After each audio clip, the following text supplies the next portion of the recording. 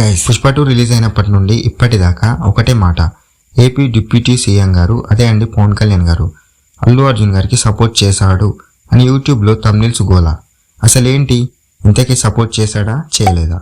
అయితే గైస్, నేను YouTube open చేసినప్పటి నుండి ఇప్పటిదాకా ఒకటే గోలా, అది రియల్ థంబ్నెయిలా ఫేక్ థంబ్నెయిలా? అయితే గైస్, మీరే కామెంట్స్ చేసి చెప్పండి, ఇట్స్ రియల్ ఆర్ ఫేక్ అని. పోనీ ఆ థంబ్నెయిల్ ఉన్న వీడియో ఓపెన్ చేస్తే పవన్ కళ్యాణ్ గారు నిజంగానే అల్లు అర్జున్ గారి గురించి మాట్లాడతాడా అని వీడియో మొత్తం చూశాను, బట్ ఎక్కడ కూడా మాట్లాడలేదు. ఆ వీడియోలో ఉన్నది ఒకటి, ఆ థంబ్నెయిల్లో ఉన్నది ఒకటి.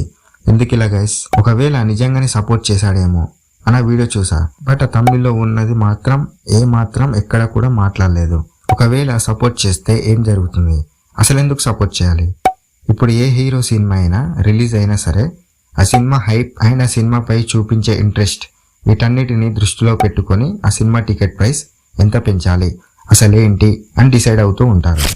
పుష్ప 2 విషయానికి వచ్చేసరికి ముంబై టికెట్ ప్రైస్ 3,000 రూపాయలు. నార్మల్ థియేటర్స్లో 500 నుండి 300 రూపాయలు లేదా 200 రూపాయలతో టికెట్ ప్రైస్ పెట్టి సినిమాని రన్ చేస్తూ ఉన్నారు. సో చాలా మంది ఏమనుకుంటారంటే, వీటన్నిటిని చూసి ఏమో పవన్ కళ్యాణ్ గారు సపోర్ట్ చేశాడు కాబట్టి టికెట్ ప్రైస్ అంతగా పెంచేశాడు, సపోర్ట్ లేకపోతే మాత్రం ఎందుకు ఇంత ఉంటుంది అని చెప్పి అలా అందరు డిసైడ్ అవుతున్నారు గైస్.